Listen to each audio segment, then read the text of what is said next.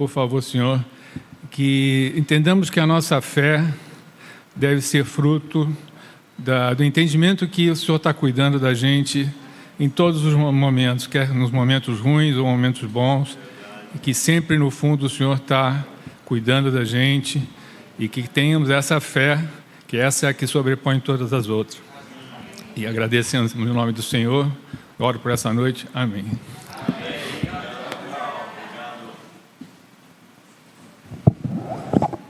Boa noite.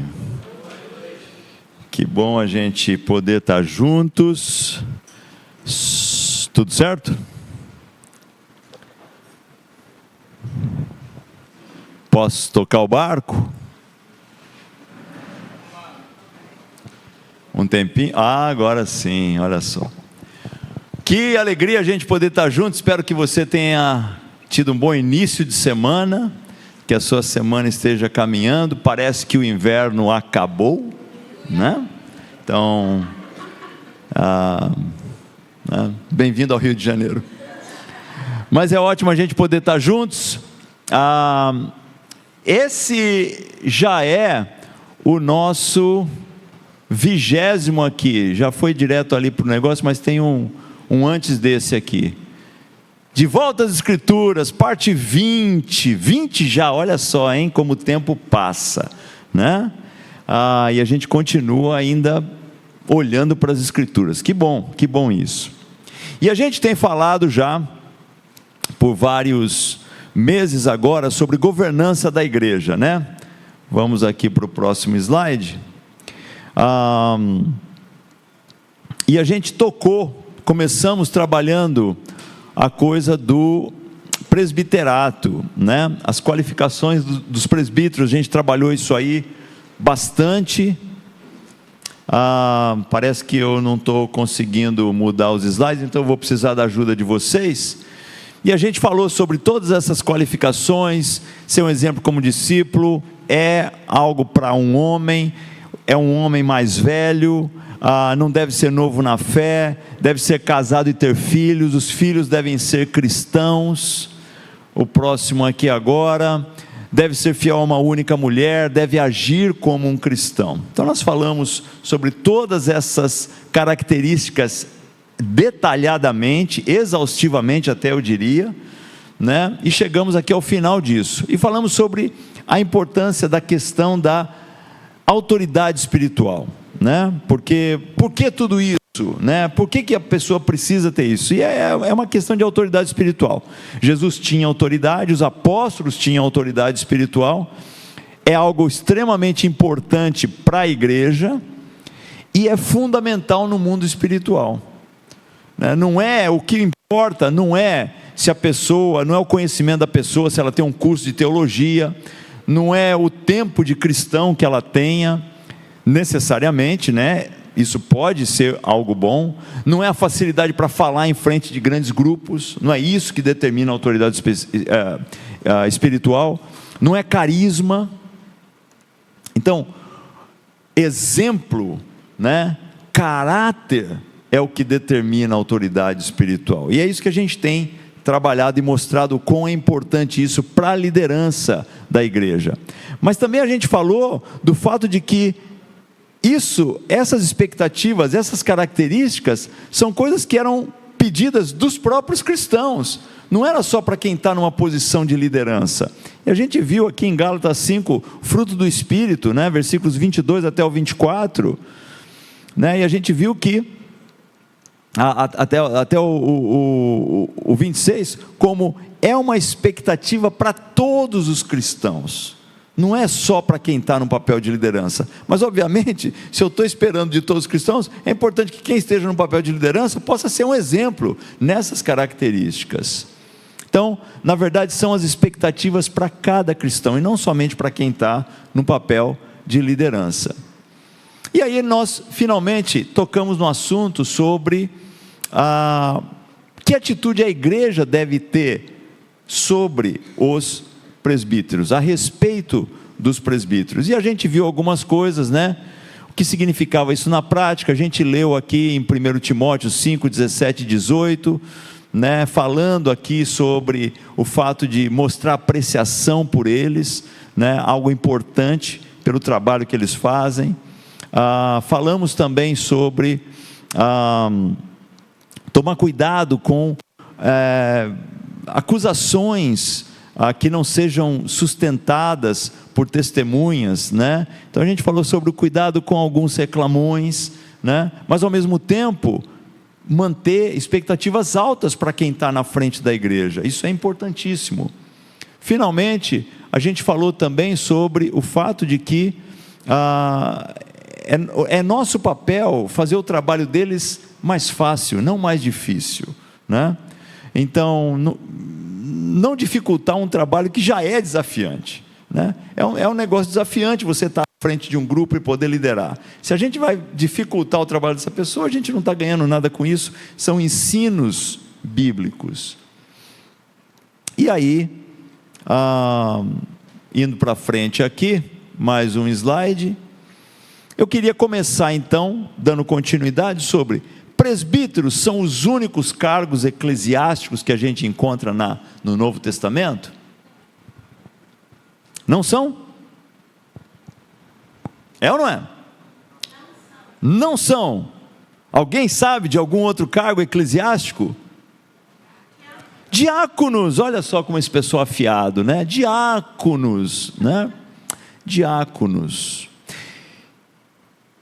Palavras no Novo Testamento que tem a ver com o grego que originou a palavra diácono, né? Se você pegar aí uma concordância bíblica, você vai encontrar, né, várias posições no que diz respeito a essa palavra ou as suas variantes, e ainda outras mais variantes e os locais onde elas são encontradas. Interessantemente, o básico disso é diáconos, ou conous, que normalmente no Novo Testamento é traduzido como servir ou ministrar. Tá? A maioria das vezes que você encontra, e são muitas as vezes que você encontra diáconos ou as suas variantes no Novo Testamento, a maioria esmagadora, nem perto em comparação, não é traduzido como diácono. É traduzido como servo, é traduzido como ministro, no sentido de servir. A palavra ministro, na verdade, significa servo, né? Então essas são as duas traduções mais encontradas no Novo Testamento, quando você encontra diáconos ou as suas variantes. Mas a gente sabe que em alguns momentos ela é colocada como diácono, e aí tem a ver com algumas coisas. Agora, o desafio é saber quando que está se falando sobre alguém que está servindo e quando se está se falando sobre um cargo eclesiástico. Esse, na verdade, é o grande desafio, porque você encontra em vários momentos essa palavra, mas a maioria delas não é nem traduzido como diácono, é traduzido como servo, serva, ministrando, ministro, no sentido de servir. E aí, pessoal, a gente poderia até citar algo que a gente já falou quando a gente estava trabalhando na questão dos presbíteros, né? Essa palavra presbítero e suas variantes, a gente encontra em várias situações no Novo Testamento que não era traduzido como presbítero. Por quê? Porque a palavra tem um significado. Qual que era o significado? Por exemplo, em 1 Timóteo capítulo 5, versículo 1. Não repreenda asperamente o homem idoso. No original a palavra é presbítero. Mas exorte-o como se ele fosse o seu pai. Exorte os jovens como irmãos. Então aqui claramente estava falando de uma condição da pessoa mais velha. Então esse era o sentido, na verdade, da palavra presbítero. Então tem muitas situações parecidas. João capítulo 8, versículo 9. Os que ouviram, acusados pela consciência, foram saindo. Um de cada vez. Isso aqui é a mulher que foi levada, né, que foi pega em adultério, ser apedrejada. Começando pelos mais velhos. Quem eram os mais velhos? A palavra no original, presbíteron. Até que Jesus ficou só com a mulher que estava diante dele. Então,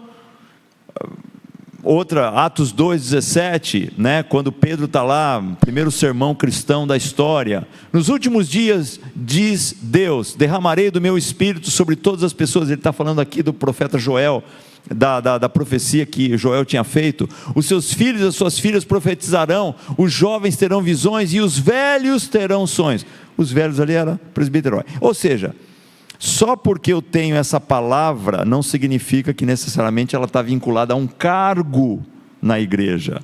Pode estar, como pode não estar. E esse é o desafio, a gente saber quando está e quando não está.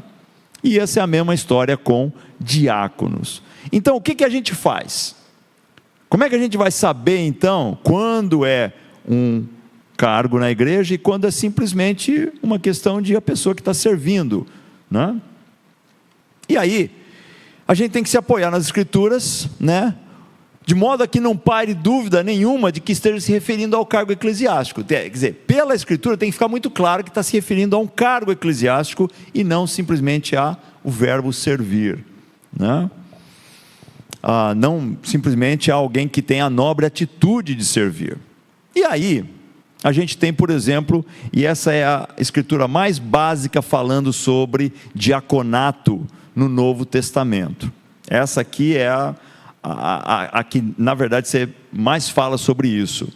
Na verdade, é a única.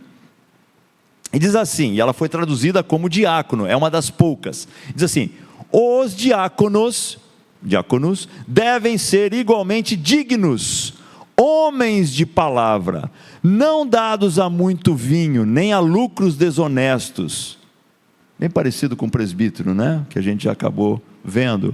Devem apegar-se ao ministério da fé com a consciência limpa.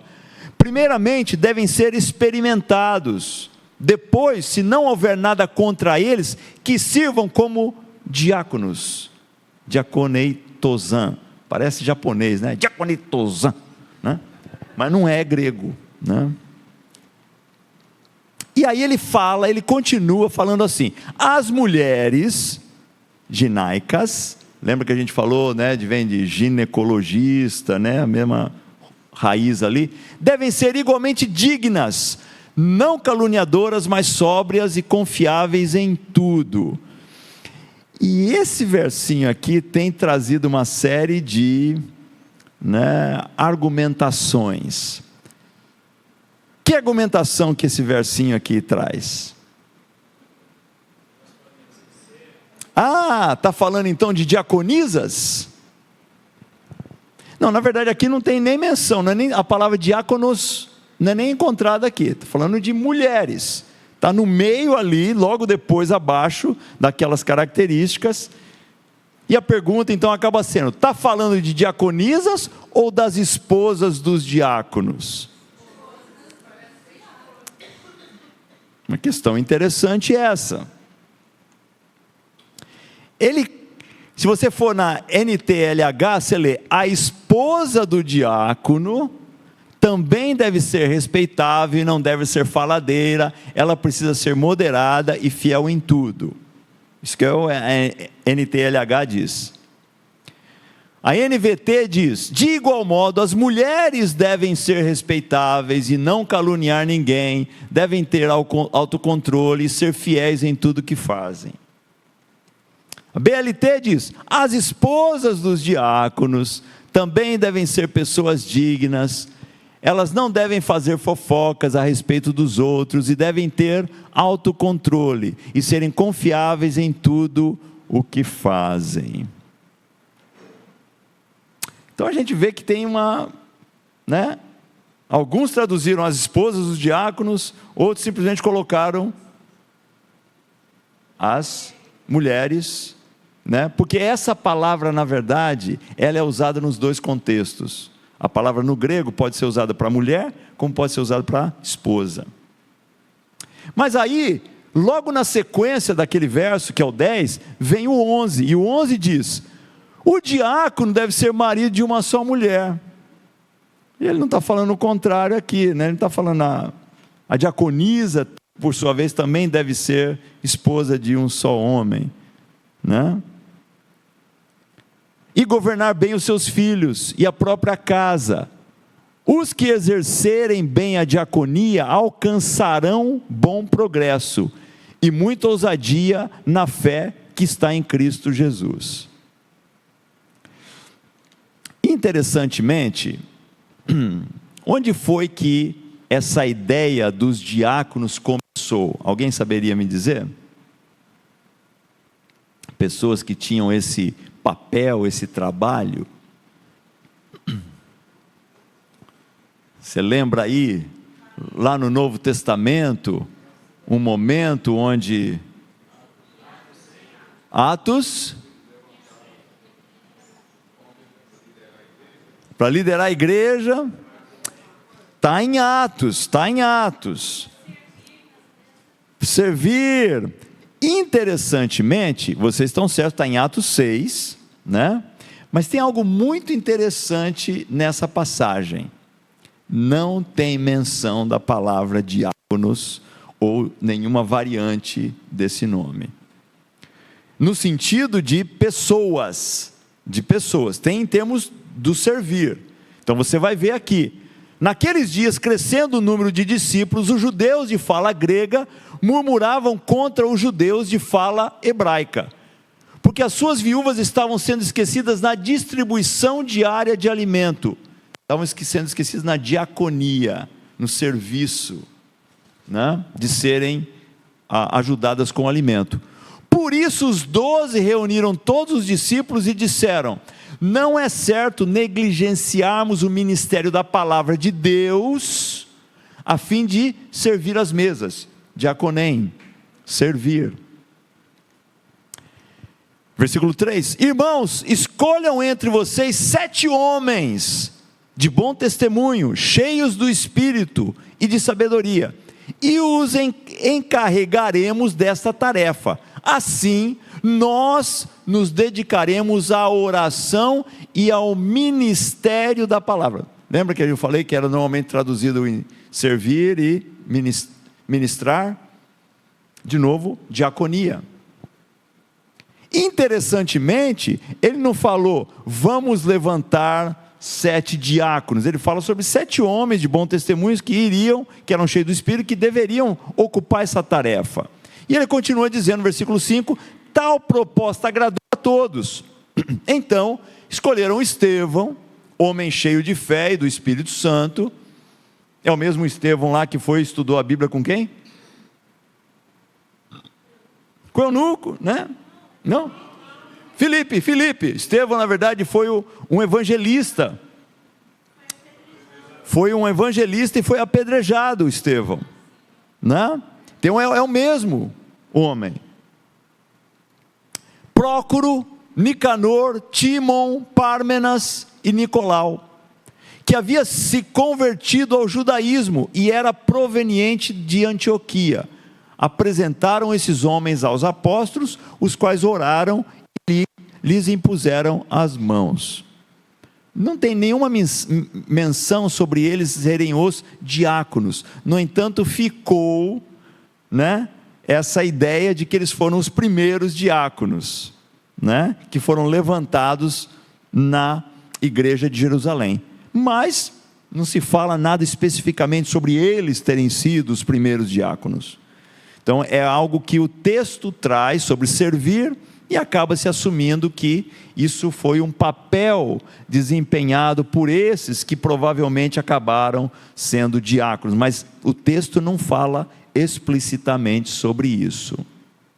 Mas aí tem uma passagem em Romanos 12, onde você vê um exemplo claro dessa questão da diaconia.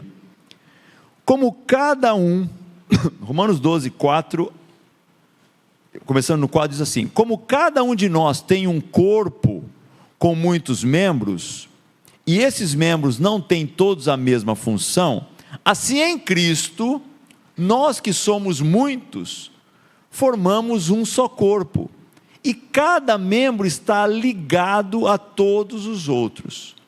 Temos diferentes dons, de acordo com a graça que nos foi dada. Se alguém tem o dom de profetizar, use-o de acordo com a sua fé. Se o dom de servir, diaconia, sirva, diaconia. Se é ensinar, ensine. Se é encorajar, que assim o faça. Se é contribuir, que contribua generosamente. Se é exercer liderança, que a exerça com dedicação. Se é mostrar misericórdia, que o faça com alegria. Então a gente vê que, na verdade, servir é algo que todos nós, na verdade, podemos ter esse dom. Eu não preciso ter o título para ser um servo, né? Eu posso servir, eu posso, num sentido, fazer o trabalho de diaconia, né? De servir, independente de eu ter um título ou não. Então o título não determina se eu vou servir ou não. Mas aí, para aumentar a controvérsia, tem algo em Romanos também, que lá no finalzinho do livro de Romanos, capítulo 16, no versículo 1, você tem ali uma situação que é a seguinte: diz assim Paulo: recomendo a vocês a nossa irmã Febe, serva da igreja em Secreia. A NVI traduz como serva, tá? A palavra é diaconon. Só que se você pegar outras traduções, como por exemplo a Almeida, Revista Atualizada, você vai encontrar: recomendo-vos a nossa irmã Febe, que está servindo a igreja de Sencreia. NTLH já faz diferente: eu recomendo a vocês a nossa irmã Febe, que é diaconisa da igreja de Sencreia. Essa é uma outra tradução de Portugal e diz assim: recomendo-vos, pois, Febe, nossa irmã, a qual serve na igreja que está em Sencreia. Finalmente, BLT, recomendo a vocês a nossa irmã Febe, que é diaconisa da igreja de Sencreia. Então, você acaba tendo aí uma confusão, dependendo da tradução que você vai pegar, vai colocar que ela é uma pessoa que servia, né? Eu posso falar aqui, a Marie, que serve na igreja do Rio de Janeiro. Está errado isso? É uma serva, serve na igreja do Rio de Janeiro. Então, se eu for usar o verbo grego, eu poderia dizer que ela está diaconizando aqui, né? Porque ela está servindo aqui. Então existe essa confusão, né? E daí o fato de alguns falarem: não, é um cargo que as mulheres também devem ocupar, ou não, não é um cargo para as mulheres. E fica nesse vai para cá, volta, e esse tipo de coisa.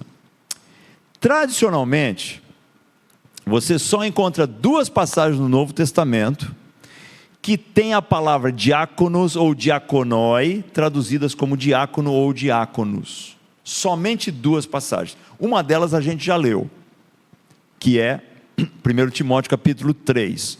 Começando no versículo 8, você lê: do mesmo modo, isso aqui é uma versão, tradicionalmente, é a maneira como você encontra, né? Escrito, e diz assim: do mesmo modo, os diáconos devem ser sérios, não de língua dobre, não dados a muito vinho, não cobiçosos de lucro desonesto, guardando o mistério da fé em uma pura consciência, em uma pura consciência. E também estes sejam primeiro provados, depois pratiquem o ofício de um diácono, se forem considerados irrepreensíveis. E continua no versículo 11 dizendo: do mesmo modo, suas mulheres devem ser sérias, não maldizentes, sóbrias e fiéis em todas as coisas. Os diáconos sejam maridos de uma esposa e governem bem seus filhos e suas próprias casas, porque os que praticarem bem o ofício de diácono adquirirão para si uma boa posição e grande confiança na fé que há em Cristo Jesus. A outra passagem é em Filipenses capítulo 1, versículos 1 e 2, você lê: Paulo e Timóteo, servos de Jesus Cristo, a todos os santos em Cristo Jesus que estão em Filipos, cidade chamada Filipos, com os bispos e diáconos. Então aqui ele coloca os dois juntos aqui. Então a gente está vendo aqui que aqui provavelmente ele está falando de uma função. Mesma coisa na escritura anterior. Porque olha que ele fala, do mesmo modo, que mesmo modo é esse? Alguém sabe me dizer o que ele estava falando anteriormente? Sobre os presbíteros. Então ele fala das qualificações dos presbíteros, a gente viu isso várias vezes. E aí ele continua falando, do mesmo modo os diáconos. Então a gente vê que é um cargo aqui. E o outro, mesma coisa, né? Você encontra aqui ele também colocando junto bispos, que é presbítero, né? A gente viu que o bispo cuidador é uma faceta do presbítero, assim como pastor é uma faceta do presbítero, mas é a mesma coisa. Ele coloca diáconos aqui. Essas são as duas únicas escrituras que você tem a palavra diácono traduzido do diáconos ou diaconóide, diáconos no plural, onde você vê que é colocado como um cargo na igreja. Todas as outras situações, na verdade, tradicionalmente são traduzidas como servir ou ministrar. E aí, fica mais uma dúvida. Então, afinal de contas, mulher pode ser diaconisa, não pode ser diaconisa, como é que fica isso? Bom, aí você tem que ir nos pais da igreja. Quem eram os pais da igreja? Na verdade, os pais da igreja foi aquela geração que veio depois dos apóstolos, né? Os apóstolos eram os apóstolos, e aí você tem aquela geração. Alguns deles foram discípulos dos apóstolos, tá? E eles escreveram muita coisa. Então você pega, os pais da igreja normalmente são aqueles que vieram a partir dos apóstolos até o ano 300 mais ou menos, tá? Esses normalmente são considerados pais da igreja. Eles têm muitos escritos. E aí se você pegar um deles, esse aqui por exemplo, está no Didache. O Didache é um manual, né, cristão que foi compilado aproximadamente, escrito entre os anos 80 e 140 da nossa era, né? Ano Domino. E diz o seguinte aqui, nesse texto, fala, portanto, nomeai para vós bispos e diáconos, dignos do Senhor, homens mansos. Ele está falando aqui claramente que era para nomear homens, né? Tanto o bispo, né, no caso o cuidador, né, o diácono, o servo, né? Mansos, verdadeiros, experimentados, e que não sejam amantes do dinheiro, pois eles também vos prestam o serviço de profetas e de sacerdotes. Ou seja, a gente vê que eles tinham algumas funções dentro da comunidade. Portanto, não os desprezeis, pois são vossos honrados, juntamente com os profetas e os mestres. E aí tem, né, onde você encontra esse texto. Ou seja, existe controvérsia, mas se você começar a ver a partir do ano 300, você vê que algumas mulheres acabaram recebendo o título de diaconisa. Mas isso depois do ano 300, antes disso você não encontra, né? E aí as questões que a gente vai discutir hoje, na verdade, tem a ver com isso. Qual você acredita ser a maneira mais apropriada de se lidar com questões como essa? Que é uma questão, né? Como é que a gente deve lidar com esse tipo de questão? E quais seriam as implicações de se tomar uma decisão que não seja mais harmoniosa com as práticas da igreja no primeiro século? Então o que a gente vai fazer agora é, a gente vai dividir em grupos de 3, tá? E a gente vai trabalhar essas duas questões aqui agora, tá bom? Então, vamos fazer isso nesse momento.